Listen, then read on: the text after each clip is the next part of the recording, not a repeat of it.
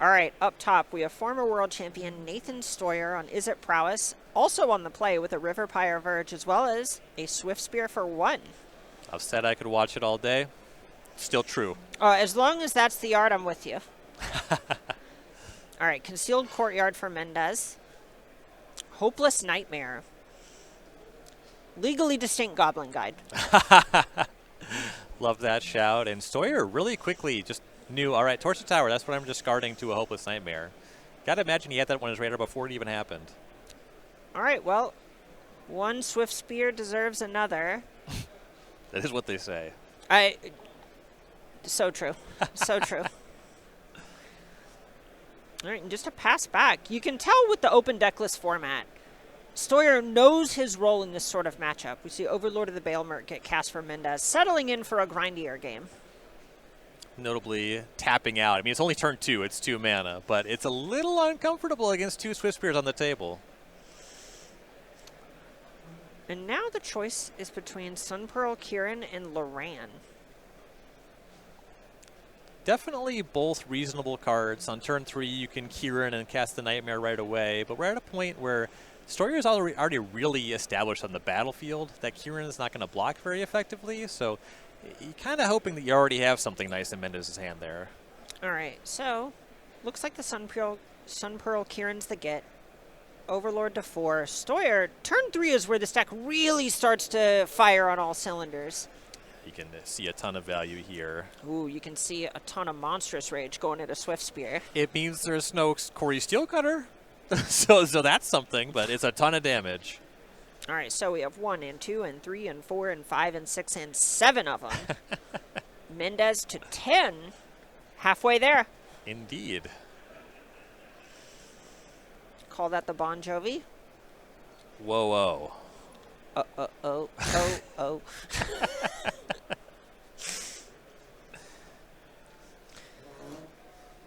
All right. Over to Mendez with a temporary lockdown. Strong main deck inclusion into this field on the weekend. An important one. Steuer has some access to counterplay in the main deck. We mentioned those 3 into the Floodmoss, and the texture of the hand is going to dictate how aggressively you want to use that. But at 10, it does not take much to get 2 Swift Spears back and come across for lethal. Part of the problem is if you go for that play, it also means that Hopeless Nightmare is coming back, and you have to discard a card immediately. See, Steuer going into the tank, has the 4th land, and just a pass. And I think just 2 cards in hand for Steuer. You can see a bit of the frustration on his face. Yeah, and there is the secret thing you can do with temporary lockdown and Sunpearl Kieran. If you get another Nurturing Pixie or something like that, you do just get to flicker your Pseudo Wrath every single turn. Yikes. It's going to be tough for Izzet to cut through something like that. And the Overlord of the Baelmerk, it's ticking a little bit closer to entering the battlefield every turn. Will not take long for the Orzhov deck to turn the corner. Mendez, once that's a creature, that kills quickly and is really difficult for the Izzet deck to answer. And it looks like Mendez happy to just play a longer game. Shadowy Backstreet tapped, card on top, pass the turn. Storm Chaser's talent, the get for Steuer. Huge sight for Sore Eyes. Yeah, no kidding. With 5 mana rolled up, you can immediately buy a spell back. Unfortunately, you'd really want a cantrip or any kind of draw spell in this texture of game. You get something back that's okay. Well, you would, if not for this Get Lost. Ooh, yeah, Get Lost, going after Storm Chaser's talent after Steuer sinks his mana into it. Couple maps. One Otter, a 1 prowess creature can deal 10 damage with enough material, but just 1 card in Steuyer's hand. It's going to be tough. Ooh, all right, well, here is a hard cast Overlord of the Baelmerk, flipping over some cards, including that Preacher of the Schism. The 5/5 already really strong. Oh yeah. The Preacher, a nice pickup. The Lauren, all right, that tracks. One of the ways you could lose this game if it goes long is, there could be Corey Steelcutter stock up. That's maybe the ideal start for Steuer. So just covering all your bases. I like that pick a lot for Mendez. Yeah, in a lot of ways, it's easy to look at a card like Preacher of the Schism, which we talked about being good going into the game, and think, oh yeah, this is good against this deck. This is not the kind of game where you care that much about that. This is Mendez in the phase of the game where it feels like he's sort of checking boxes. Right. Yeah, the turn 2 Overlord, that one probably would have picked up a Preacher. Sure. The 5 mana 5/5, Colossopy's got it on lockdown. Oh, yeah. Okay, so Steuer, sleight of hand, grows the otter, slick shot show off, takes a look at the map, finds an opt atop the library. Drawing the flyer certainly makes sense. Steuer is just trying to find a way to get that 10 damage as quickly as possible. All right, leaves the opt on top, uses another map, slick shot, serves for 3. Mendez down to 7. This is in reach. Yes, it's just 2 spells away, and one of them is face up. Yes. Okay, a draw from Mendez. 5 more with the Overlord. Easy attack. At this point, it feels like Mendez is looking for something else. There's a Sun Pearl Kieran. That's the second one. The flying blockers, that is significant. You gotta worry about monstrous rage. Ooh.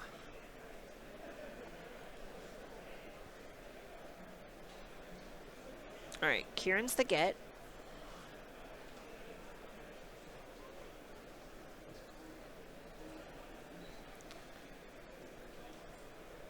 Steuer trading out a token, chumps the Overlord with it, excuse me. Yeah, the token's probably not going to do anything. The game Right. is on the show-off's back. Yes, this is a spot where Steuer knows it is some sort of haste juke or something like that.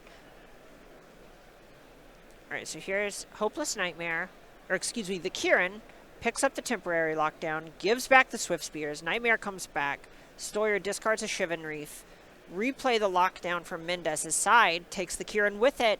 Steuer opting, feels like the game is down to this. Get no cards in hand, and what can you really find with how quickly the game is going to end? 3 mana tapped. The bailout, stock up. All right. Yeah, so on the previous turn, that Kieran allows a reset of the lockdown. You can do the Kieran instant speed, not the lockdown. So Steuer is still live for, I think, exactly 1 turn to try to find a show-off that can be lethal immediately. And stock up is the best card to try to produce that. So it looks like he found an end to the Flood Maw, which we are at the point where that is 3 haste attackers. Yeah. Unfortunately, there's no way to convert that into a win this turn. Yes. And it's also, the other Kieran lockdown immediately. You just get the creatures right back up, and the Hopeless Nightmare also goes after the hand. I don't know if there's anything Steuer can do. Yeah, you can see it on his face. He's going, okay, well, these are the best ones, and I think he's still hoping for something else as it goes back to Mendez. Could not untap faster. Serves for 10 with 2 Overlords.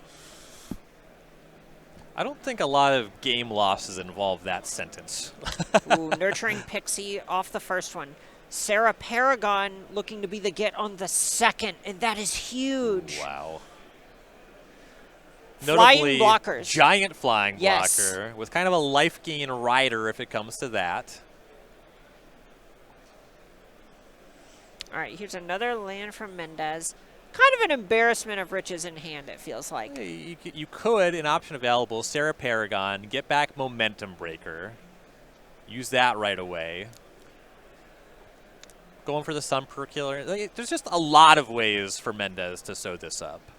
I think this is lethal. So the Kieran picks up the lockdown, gets back a Kieran and Hopeless Nightmare. Kieran picks up the Hopeless Nightmare, Cast Nightmare, Pixie Nightmare. It's a combo deck. Okay, so let's see. Let's see if we have all the resources rolled up for this. So Hopeless Nightmare and Kieran enter. Into the Flood Maw, hits the bin for Steuer. Down to 4 life. Recast the Nightmare. Down to 2 life. Pixie. Steuer packs him up for game number 2. The first one going to Michael Mendez. And I think that we saw a lot of how the Orzhov deck is such a tough matchup for prowess on display there. Mendez taking a little bit of a slow start. On turn 2, the Overlord in the face of 2 Swift Spears, things could have got really scary. They didn't, and then they were really easy. Yeah, in a lot of ways it feels like Steuer struggled to find higher impact cards that game and really had a bunch of cards that relied on having just more cardboard than Mendez was going to allow him to have. Right. So taking a look at the sideboards, I feel like Steuer has to pivot a bit here. Yeah, we saw the quick discard on the Torch the Tower when that Hopeless Nightmare hit in Game 1. It's the kind of thing where you want a little bit of that stuff so you don't just get run over by nurturing pixies, but you also need a plan to go along. You need to be able to do something, and so in that game we saw Steuer draw a good number of lands, was able to cast some spells, but you want something that's really high impact. So I think these Rail Crackling Wits are really the card that he has to speak to the matchup. Yeah, that makes a lot of sense. And looking over on Mendez's side, it feels like there's just a lot of big threats that are kind of seasoning his top end to taste. Yeah, and really, most of the sideboard kind of plays here. I don't know if you necessarily need another Overlord of the Baelmerk, but Kitzel is flanker, some life gain with some additional attacks. The Lauren is an answer to Storm Chaser talent, as an answer to Corey Steelcutter. You got a Beza, of course. Dreams of Steel and Oil, if you have it on turn 1, great way to cleanly answer Corey Steelcutter. Also answers any other creature threat. And Combo Profiteering Mayor, this is one we're starting to see show up in Standard, and it is one of the strongest cards against Corey Steelcutter. Because it doesn't just answer it, what it does is, okay, you want to make a bunch of prowess tokens, I will join you. You're right, at first I go, well, I guess you get an Otter, what are you... Oh, wait. Oh, I see. That is, in some ways, that feels like it's a different take on sort of the high noons that we've seen out of some of the mono white or the Jeskai decks. Right, and very significantly here, high noon, when you're trying to do the nurturing pixie stuff, you're at the mercy of your own card a little bit. Yeah. Not true with combo. Right. Is there anything to be said for Aclazotz coming in on this one? That's a great question. It's just a big flying lifelinker? It's a 5 mana card, you make your opponent discard. It's slow. The 4 toughness thing, that matters. It is a card that plays. I think at that point you have so many cards that can potentially come in. The fact that it always costs 5, I imagine that I would put it in a little bit lower than Overlord of the Baelmerk. I think it's more a card for mono red and Gruul. It can play here. I'm not super excited. Sure, that makes a lot of sense. And while these players are sideboarding, I do have to take a second to shout out our sponsors. That's Beckett and Dragon Shield. We've been joking about what year is it all day. I'm sure that joke is, we're going to say what day is it, the way we're running that joke all weekend. But these are two companies that have really just been part of cards forever, and they are keeping tabletop Magic possible today. Absolutely. Dragon Shield is my brand, has been for many years. So catch me cube drafting with the black matte Dragon Shields. Oh, I'd be remiss if I didn't find a way to bring up how much I love the poppy fields. Naturally. I adore those. I have a cube literally behind the set right now that is just like, oh, yep. Oh, guess what it's in. Right. Yeah, really nice aesthetic and just a quality product. Protect your cards, and they last. So yeah, huge shout out to them. They keep this stuff possible. Couldn't be more grateful, and honestly, they make it easy. Yes. Right. Yeah. You want me to endorse a product that I use and have used for over 10 years? Oh, yeah, right. It's just like, oh, yeah, Dragon Shield's the thing I bought when I was 12 at my local game store. I'm in my 30s now. Like, right. This is, okay. I guess. Me entering a tournament is an advertisement for Dragon Shield. Right. It's just like, oh, yeah, sure. Shout out the trees keeping us breathing.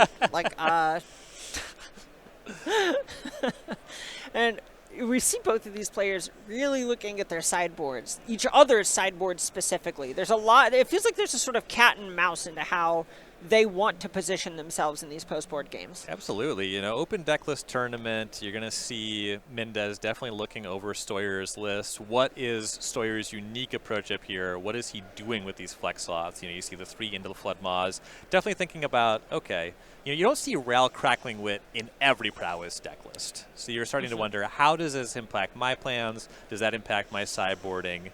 And you also think, all right, what are your answers to my big creatures? You see an Obliterating Bolt in Steuyer's sideboard. You see that copy of Fiery Annihilation. So the high toughness creatures, they're not necessarily as impactful. I think they still have to be the plan, but you want to make sure, all right, I'm not just leaning on casting Preacher and it being good, because sometimes Steuer can just cleanly answer that. Yeah, and looking at Steuyer's sideboard in particular, it feels like he has 2 ofs that are all kind of the best at their job. and then a bunch of one-ofs that are different kinds of interaction, which speaks to him having a very specific way he wants his deck to be configured. I know you've talked about not really wanting to board more than 4 or 5 cards most of the time because you're sort of a synergy aggro deck. It looks like he cares a lot about what his interactive slots look like. Yeah, absolutely. And there's a lot of stuff that plays situationally. And that's going to cause Mendez to have some pause. Okay, the card Disdainful Stroke is quite good against a number of Mendez's cards. Not all of them. You know, a lot of them are cheap. But how much do I really want Sarah Paragon if I'm looking at Disdainful Stroke and a Lithomantic Barrage in your sideboard? Because the Barrage only plays against the Paragon. Barrage is something. Yeah, so you got to figure out, okay, how many copies of this do I have? Does he want his copy of that? You know, there's a lot of really interesting micro decisions going on with those kinds of cards. Right, and if you're in Mendez's seat, you kind of have to ask yourself the age-old question: am I trying to dodge interaction or overload it? Right. I know this is something we saw in last round. We saw Gwyn on mono white tokens saying, "All right, I mean, you are going to get something with Disdainful Stroke, so I better just start jamming." Yeah, and I think that the choice of words "overload" was very apt, as I believe Mendez's plan is to overlord his way through the interactive spells. You know, I want to pretend like that pun was like a little Bale Murky, but like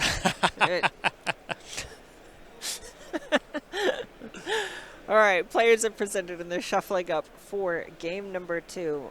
Michael Mendez on Orzhov Pixie, a deck that feels like it does have a plan and is not just temporary lockdown and cross my fingers in the Is It Prowess matchup. It's also really tough on the Prowess side because the Orzhov deck can cross the finish line very quickly. We saw that big turn of just, hey, you're at 6, here's 3 Hopeless Nightmares. Right. Oh, 16? Guys, you hear that? They think 16 is a safe life total. Get a load of this. Right. All right, players, take a look at the opening hand. I think Steuer is happy with his, as is Mendez. Shivan Reef was Steuer starting it off with Storm Chaser's talent. Definitely nice to start with the threat here. Kind of no matter what the interactive plan is and how the cards line up, there is a lot of pressure on Steuer to close quickly. All right, here is Concealed Courtyard, and just a pass from Mendez. Most of his deck really optimizing impact over efficiency. Yes. All right, Steuer going to 18 off of his own Shivan Reef, opting his Sorcery Speed. I know you love this. Brilliant.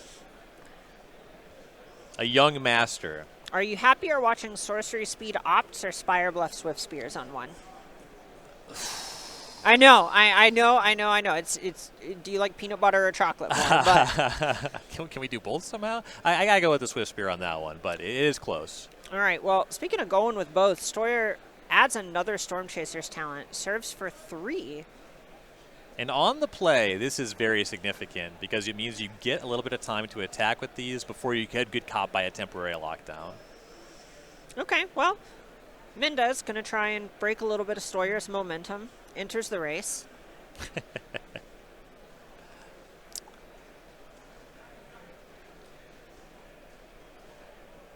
Third land for Steuer. 3 lands tapped. Is it time for our favorite? It is. Steuer stocking up. I also love to see stock up at Sorcery Speed. However, your hand's a little bit more tight. Me on too. that one. I love players keeping it clean. Right. Legal game action. Doing what the cards say. Sorcery during your main phase when nothing else is on the stack. Literally magic as Richard Garfield intended. Yes, absolutely. Otter comes in for 2. Mendez at 15. Definitely like Steuer not further committing to the battlefield here. You don't want to get swept up even more by a temporary lockdown. And it's the sort of thing where the momentum breaker being under a lockdown is also kind of nice for Mendez already. You know, it can come back later with all these bounce effects. And this is what feels so good about stock up in a lot of these decks, right? Is you cast some 1 or 2 mana threat that puts the onus of action on your opponent, and rather than having to commit more, you get to choose to actually just develop a bit better. And here's Nurturing Pixie from Mendez. Picks up the momentum breaker. Otter's momentum thoroughly broken. Got there. We do. We like to have fun. All right, 4th land for Steuer. Pretty nice with these talents combined with stock up out of the graveyard. Oh, yeah. All right, Slick Shot showing off. I have never seen a more loudly signaled Monstrous Rage in my life. But, you know, Mendez takes the forced block, says, I got to get the card out of your hand someday. Yeah. It makes sense for both players here. All right, Pixie down, Slick Shot up, Mendez at 11. There's definitely a bit of a decision point there for Steuer. Do I want to just get this damage in, or he could have spent the turn just buying back a stock up? You making sure you use your 4 mana there. This kind of makes it feel like Steuer has something significant for interaction already in hand, kind of a long-term plan already. All right, so we see Momentum Breaker go after that Slick Shot show off, and an Overlord of the Bailmurk get impended. Preacher of the Schism, Nurturing Pixie, and Beza, the Boundless, spring the options. That makes that damage off the show off feel quite a bit less significant if we go that way. It's telling that this is the choice for Mendez. Right, and we've seen Steuer put such an emphasis on playing to the battlefield, to your point about stock up and being able to rebuy it and theoretically accrue infinite card advantage. This is not a matchup where I think you want to try and get into an incremental card advantage fight. Yeah, when you're trying to do it 1 card at a time and your opponent is just like, okay, 2-4, 4-5, 5-5. Yes, Steuer's cards do not trade cleanly against a consistent stream of these stat lines. If I'm in Steuer's seat, it is so deeply upsetting that this is a hard choice. Right, and the Nurturing Pixie was picked up. Oh, okay. Okay. Probably not okay for Steuer. Okay. Okay. All right, Steuer picks up a card for turn. It generally makes a lot of sense for Mendez to be valuing the mana efficiency. This standard format and this matchup just puts so much pressure on using your mana effectively every turn of the game. And I think this really speaks to Mendez trying to solve specific answers. Just having a flying blocker means that you don't randomly die to Slick Shot show off. Right. Oh, and it's another stock up from Steuer. This is a bit tough. I know we've kind of talked about players arguing about 2 to 4 stock ups in their deck, and this might be why. Yeah, you know, it is slow. This definitely informs why Steuer did not level up the talent last turn. There was already one there. You can get kind of stock up flooded. At the same time, he really needs to find a way to deal this 11 damage kind of all in one turn. It is so difficult for Steuer. Every time he passes the turn, that means Mendez is just committing a little bit more to the battlefield. At some point, that speed is going to start incrementing, and these momentum breakers are going to start representing a real amount of life. And then on top of that, Mendez just adding meaningful material to the battlefield every turn. You're going to start seeing some large creatures, or even just that Nurturing Pixie gumming up the works shortly here. All right, here's a Caves of Koilos and an Overlord of the Bailmurk.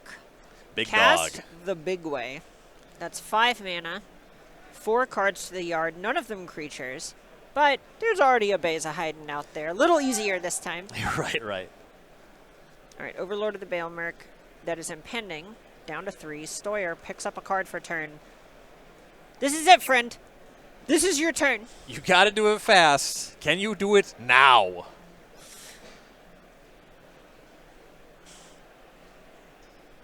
All right, fanning amongst his cards.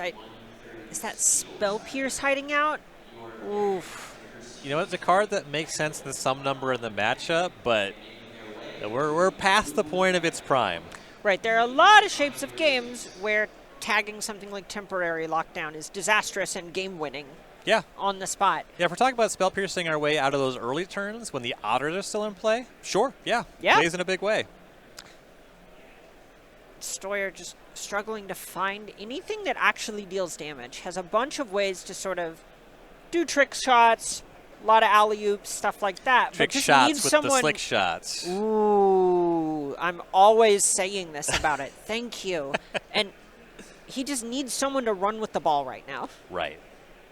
Currently, the entire team is on the bench. Dubious strategy in a team game.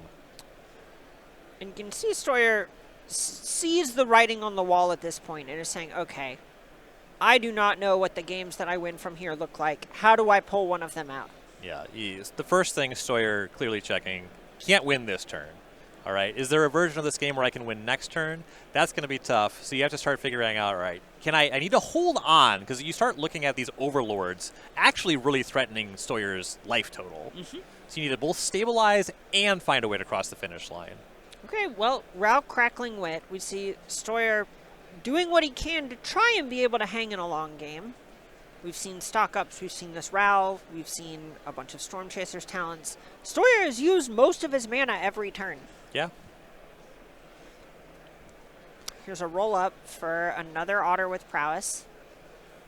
If you can keep the rail on the battlefield, there is a world where you can use that static ability to get rail up to 10 quickly, and maybe you can burst lightning with storm your way out of this game.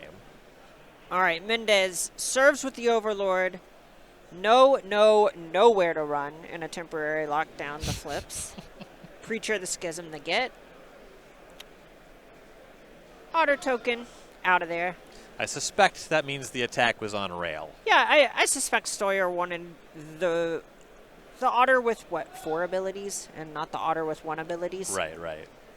I will keep the named character. That makes sense, yeah.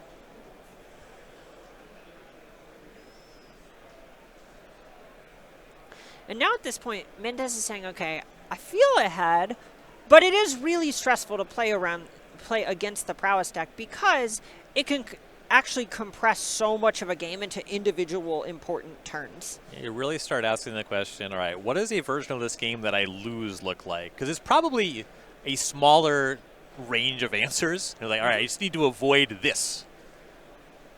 Okay, well, how about Beza? A little bit of 4 life, a little bit of draw a card. Oh, maybe not a little bit of draw a card. Yeah, just a little bit of 4 life. We take those. Upcast life goes on in Constructed. Oh, I feel you. It wasn't a 4/5. All right, here's Nurturing Pixie. Comes in with a counter. Picks up Momentum Breaker. Ooh, Burst Lightning on the Pixie. I like this for Steuer because he's still looking at, all right, one way I could win this game involves Slick Shot Show Off doing it this massive burst. 15 is a taller order, but that Pixie is going to get in the way whenever it's possible. Ooh, okay, we saw a minus from Rao. Drawing a few cards. Sleight of hand among them. Discards that Spell Pierce we were talking about, as well as the Spire Bluff Canal.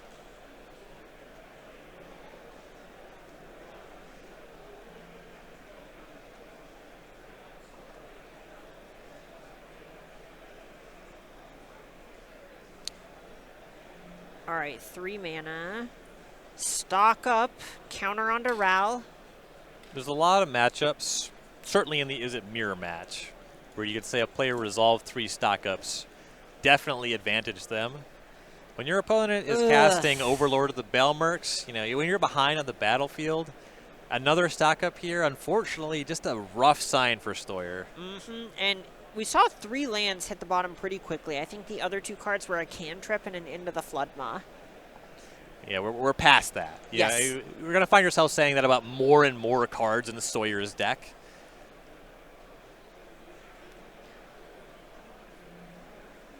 All right. Here's the Spire Bluff Canal being tapped. Sleight of hand. Counter on Ral. Couple cards. Into the Floodmaw among them. Looks like that's the get. If it ends up mattering, having to tap Shivan Reef on Mendez's turn is going to make Mendez's speed go up.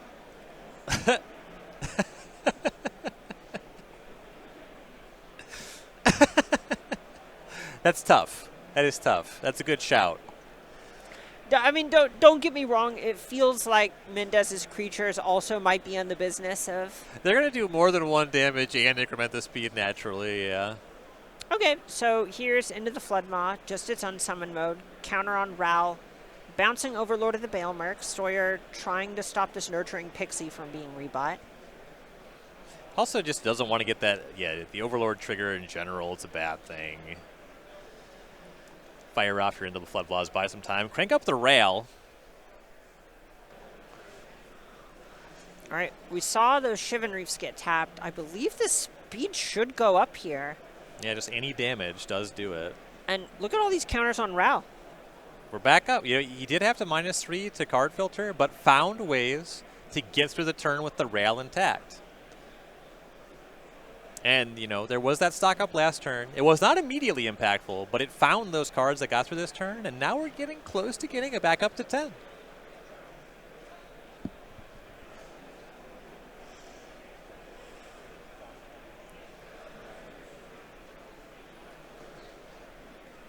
All right, now, once again, Mendez is sort of in the, how do I solve for the worst case scenario seat.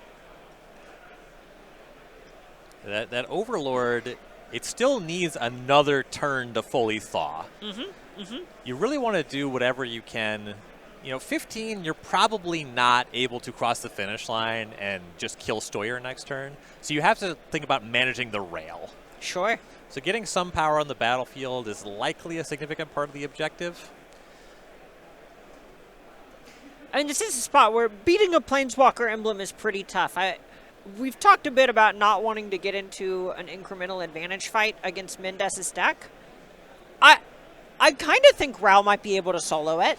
Yeah. There's incremental advantages, and then there is just a ridiculous cascading value engine. Having all your spells cast Storm, you know, I called out trying to get lethal Burst Lightning, but the significant thing is you sleight of hand, and then your opt is good for 2 cards. Yes. I mean, the Burst Lightning thing is super real in Vintage Cube.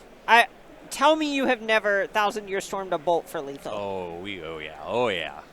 All right, so here's that opt from Steuer. Counter on Ral. Looked like he liked what he saw. Another opt, another counter on Ral. Ticking closer.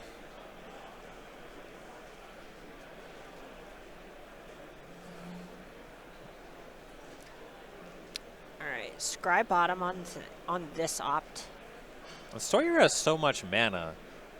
If you can get to Storm this turn, the Storm count to this point is already relevant. Yeah, Storm count is 2. In the booth right now, I'm holding up my fingers just to keep track.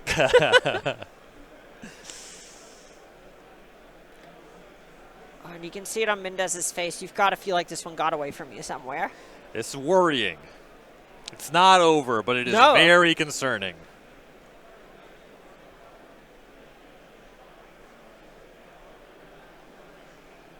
Whoa. Okay, -3 on Ral. It is both scary because this is a lot of looks, but a minor sigh of relief. It is the spot where you kind of have to wonder, am I randomly about to just die? Right. I don't know how. I don't know how, but... Yeah, 15 is tough. The thing about this, though, what I like about this play from Steuer, kind of, not necessarily the way he played it, but just the texture here, is at 6 with 4 lands on tap. Steuer can still get to 10 this turn. I guess you can't activate it anymore. Right. So that's less of a thing. You're certainly able to get out of the range of the creatures attacking the rail down. So we get to play on in that way. All right, now we see Steuer thinking on the discard from this Ral.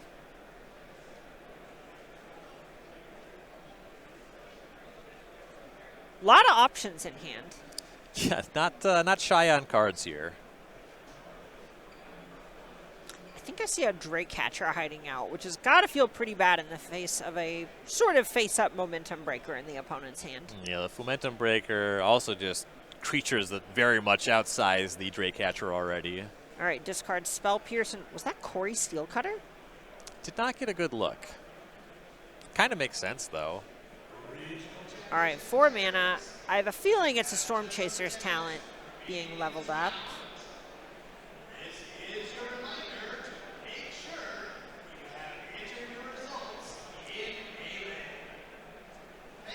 Yep, there it is. Into the Floodmaw, the get. Another way to keep that rail on the table. It has felt like Steuer has done a really good job of shifting what the game is about. Yeah, a really good job, in fact. Ooh, that's that crackling wit. We're both getting boos in our ears from the director, who we may or may not deserve it. Yeah, making sure the audience is heard.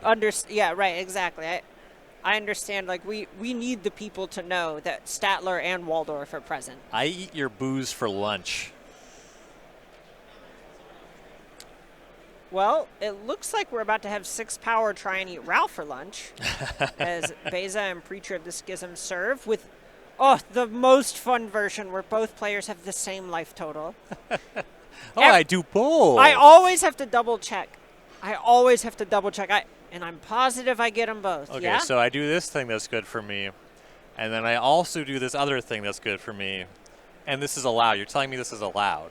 And, okay, so we agree. I am going to draw a card and lose a life. We agree. Okay, so you are going to... I'm going to get a 1/1. We agree.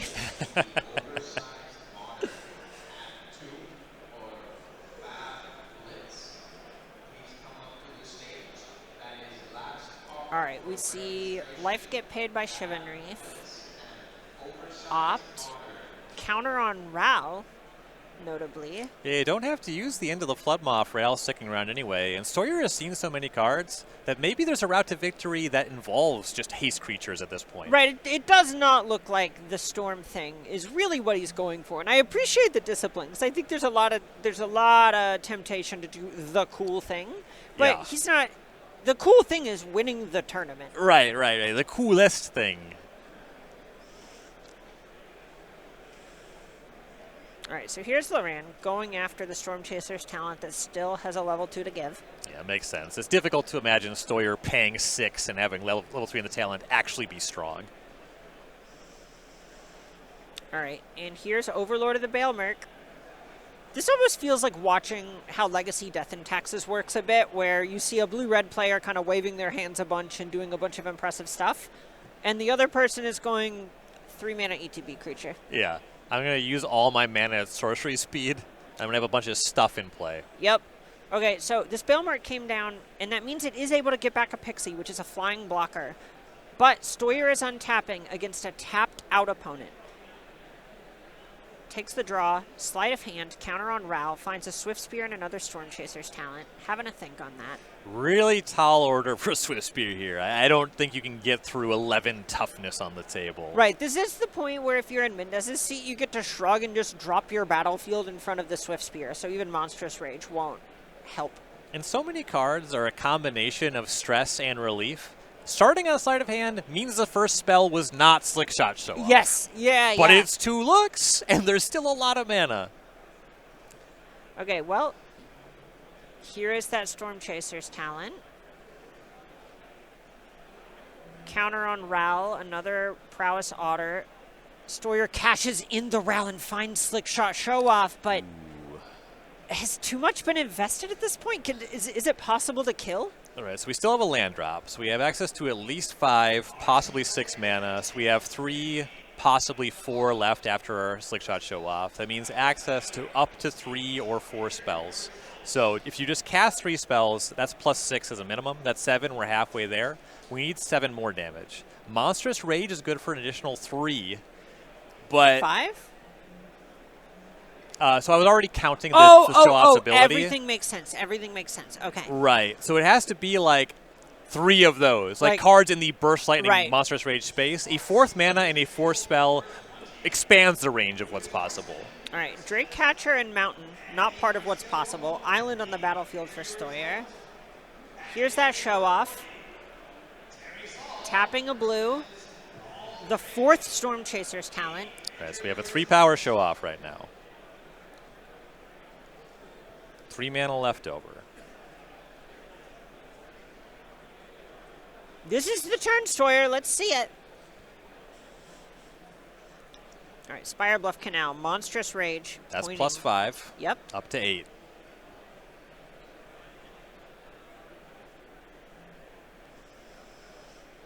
You need 6 more, so Burst Lightning and Monstrous Rage, I believe, have to be part of the makeup the rest of the turn.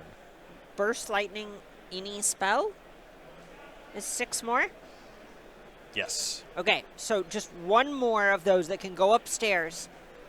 Does he have it? He's taking a point off the Shivan Reef. Oh my god. Is Nathan Steuer going to force a 3rd game in this match?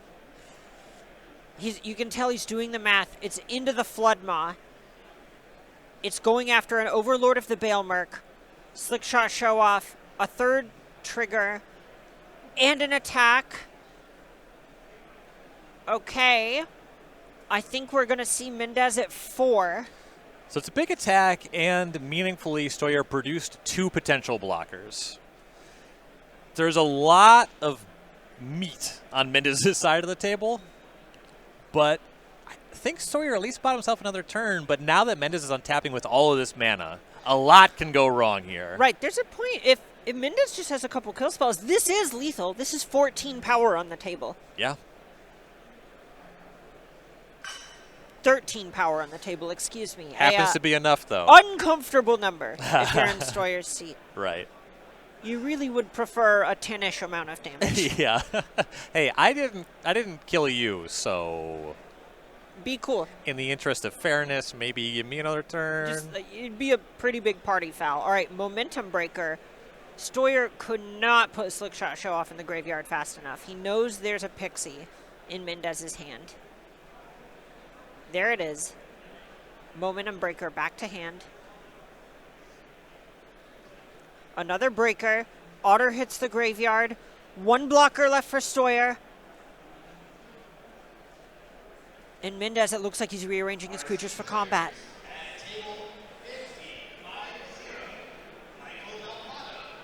If the removal spell's already there, we could see the Lauren attack and activate before blocks to maybe find an instant speed answer to the blocker. Oh, and there's nowhere to run in the hand from Nathan Steuer. Michael Mendez, 2-0 over former World Championship Nathan Steuer with Orzhov Pixie. I won't say making it look easy. No. But gonna go ahead, start 4-0 at the Regional Championship.